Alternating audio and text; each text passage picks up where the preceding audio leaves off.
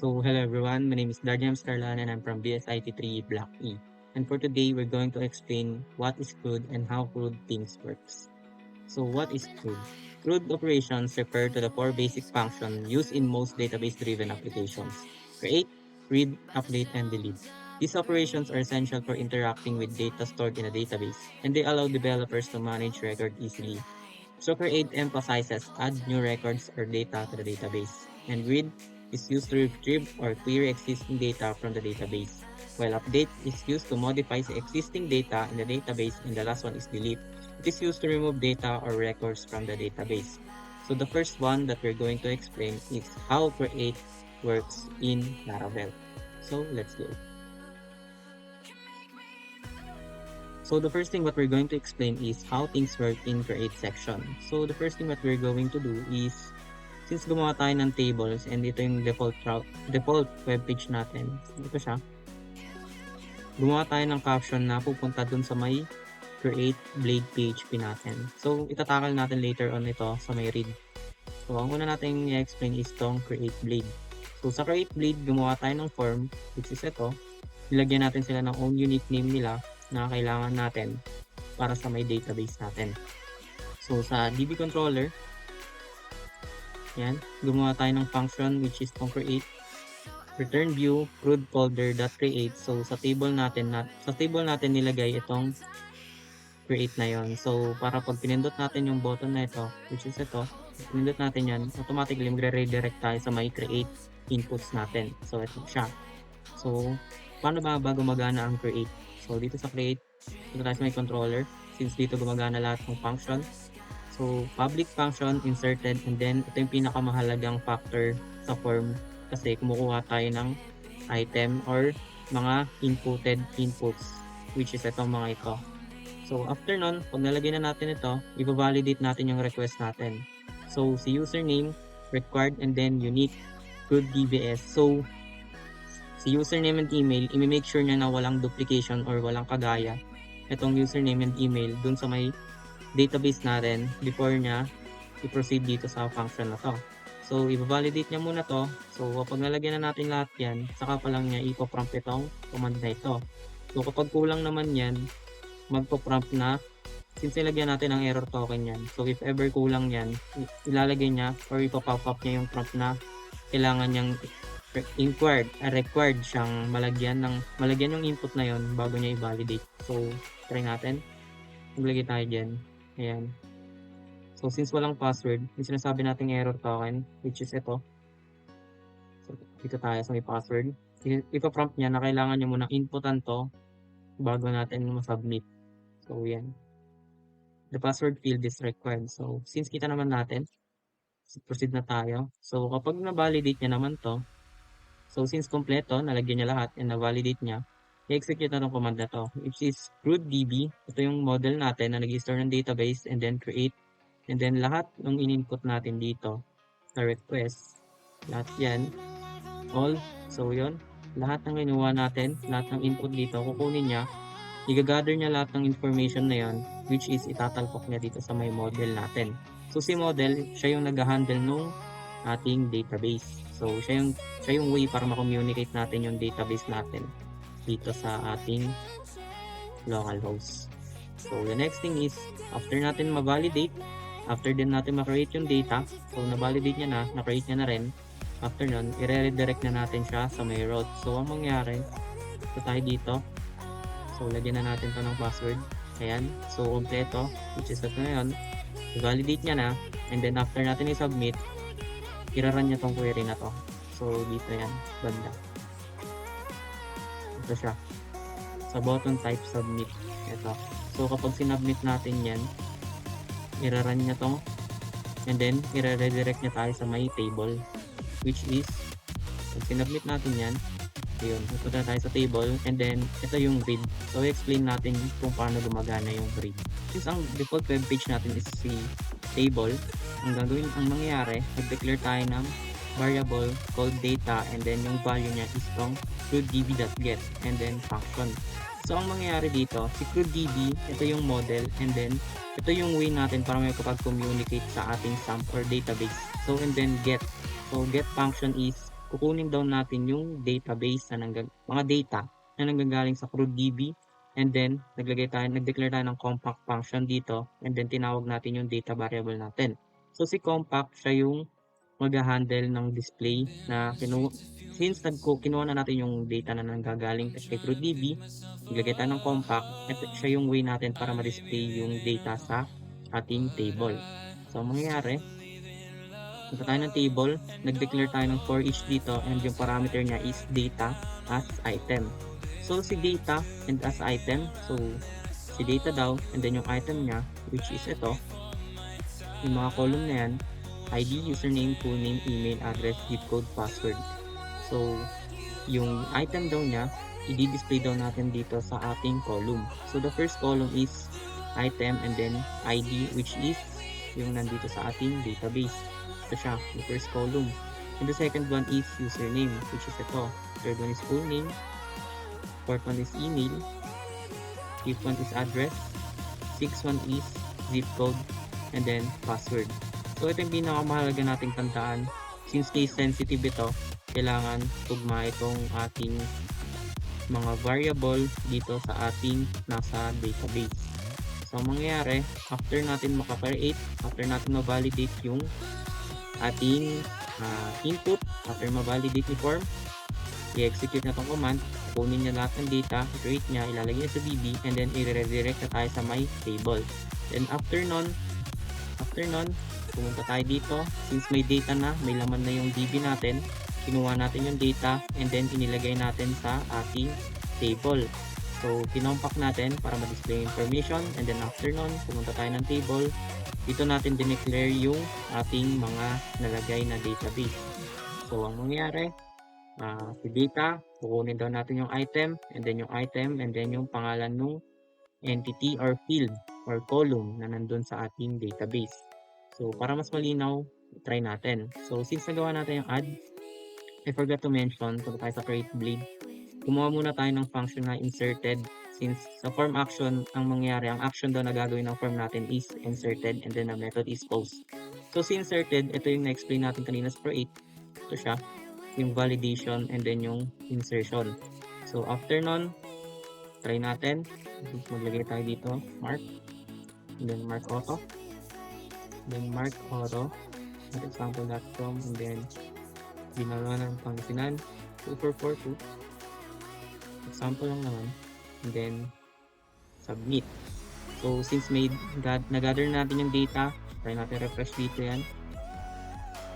There you go, dito na si Mark Auto, and then nandito na rin siya na-display. So ang nangyari, after natin makuha, na-validate, i-route tayo sa table. So si table, dito natin nilagay. So sa entity, yung mga entity, and then yung data, since may laman na si database natin, which is si CRUDDB, ilagay natin siya sa may data variable, and then kinompact natin yung data na variable para makuha natin or ma-display natin yung data sa ating table. So after nun, gumawa tayo ng for each, data as item. So si item, dito natin, si item is ito, mga to, yung column. So item, the first item is ID. Same sila ng letters or caps and caps. So kailangan pag small caps din dapat yan kasi case sensitive ito. So dinisplay natin yan. So ang nangyari, after natin ma-create, ito tayo dito, dinisplay niya na dito. So the next thing what we're going to explain is how the update works. So in here, gumawa tayo ng function which is called edit, and then inilagay natin yung ID sa parameter. Ito yung pinaka-essential na ilalagay natin since kunin natin si ID, yung pinaka may laman, or pag kinuha natin si ID, madadamay yung contents niya. So ibig sabihin, kapag kinuha natin si ID, itong mga ito, so ID, including yung username, full name, email, address, zip code, and password, ay masasama since si ID yung kinuha natin. And then, nag-declare tayo ng function, and this is what we call find or fail. So, in-store natin siya sa data na variable. So, ang nangyari, hahanapin niya daw si ID na variable sa ating CRUDDB, and then, pag nahanap niya na, ilalagay natin siya sa may compact variable, which is function, and then nilagay natin yung sa parameter yung data para yung kapag nahanap natin ID, i-display niya, and then i-redirect niya tayo sa ating folder, CRUD folder, and then sa may update blade. So Si update blade and si create blade ay isa lang ng ating what do you call this form. But ang pinagkaiba nila ang action ni form ng ating update blade is si edited. So, ito siya. So, paano gumagana si edited? So, since form yan, kailangan natin mag-request ng data and then kailangan din natin kunin yung ID nung i-edit natin. So, pag clinic natin yan, ito tayo dito sa ating table blade. So, ito siya. So, pag pinindot na yung edit, kukunin natin yung what do you call this, yung ID nung row na i-edit natin and then didiretso yan dito sa may update blade. So, ang mangyayari, si edited and then ayun nga, na-fetch natin yung ID and then i-execute niya tong code na ito. So, since nakuha na natin yung ID, find or fail, check na kung may ID and then i-validate niya kung kompleto yung nandun. So, if ever nag-pop up na yun and then if ever kulang yung nilagay mong input, i-validate niya pala yan. I-invalidate niya yan kapag kulang. So, kapag validate naman, i-check niya yun and then si data, i-update niya daw yung itong mga ito, lahat, all. So, since request all dyan, i-update niya lahat ng data, i-update niya and then ilalagay niya dito sa ating CRUD-DB. And then after nun, i-redirect niya tayo sa ating route table. So, ang mangyayari, so tayo sa update blade. So, since ang value na ang nangyari kasi pinindot natin yung ito, so kinuha niya yung ID and then so may ating update grade kailangan natin since may data yan, so punta tayo dito sa may ating CRUD, ayan, kinuha natin yung value ni data, value ni CRUD-DB and then nilagay natin sa may update table and then yung data daw na kukunin natin sa may first input is yung date value ni username which is try natin. So, back natin yan. So, ito yan. So, pinitutawag natin yung edit. Kukunin niya yung, i-validate niyan, check niya yung ID if meron, and then, find or fill niyan, and then, kukunin niya lahat ito. So, the first one is data, and then, yung value niya is username, which is ito. The next input is full name. So, data, and then, full name. Ito siya. The third one is email. Ayan. Address. The next one is zip code. And the last one is password. So, after niyan makuha, kung pinindot natin yung edit button daw sa may tayo sa may table. So, pag in-edit niyan, kunin niya daw yung ID, redirect na tayo dito sa may update, and then yung value na itong nasa ating table. So, yung value na to, yan, item ID. So, kunin niya lahat yan. So, since ID yung tinarget natin, including yung mga nasa loob ni ID or yung lahat ng the rest na nasa row niya is makukuha. So, si ID, after nun, punta sa may update blade, ilalabas niya dito yon, i-redirect niya dito yung value, which is ito. Pinind or fill natin, and then ang nangyari, kinuha niya, and then i-validate natin. So, kapag na-validate na, complete yung requirements, na-inputan natin lahat, i-validate na yung data, and then i-update natin lahat ng data. So, since request all yan, function, and then i-update natin yan, and then data, ilalagay niyan dito, and then i-redirect niya tayo sa table. So, to make things clear, try natin. So, after nun, ayun, ito yung sinasabi natin. So, since si Mark Otto, ito natin yan. Lahat, since ID kinuha natin, say pang 8 siya. So, ayan siya. Ito siya, pang 8 siya. So, pag nilagyan natin yan dyan, itong 8 na to, ito yan sa may ating web PHP, yan. Nilagay din natin yan dito. So, para makita natin kung ano yung ina-edit natin. So, after nun, ayan, pag may update tayo, there you go. Pag sinubmit natin yan, ito yan sa function na to. Ayan, so na-validate. Since kompleto naman yung nilagay natin input, lahat ng required nalagyan natin, i-update niya yon and then i-redirect niya tayo sa table with the updated data. So, ang nangyari, since si CRUD-DB, siya yung pinaka-model natin and then siya din yung nakikipag-communicate kay localhost, which is yung database natin, yung updated na data natin, ayun yung malalagay dito sa ating table. So, let's see. Since naglagay tayo ng S, there you go. Try ulit natin. Tanggalin natin yan. Submit natin. There you go. Updated siya. So, the last thing that we're going to explain is how delete works.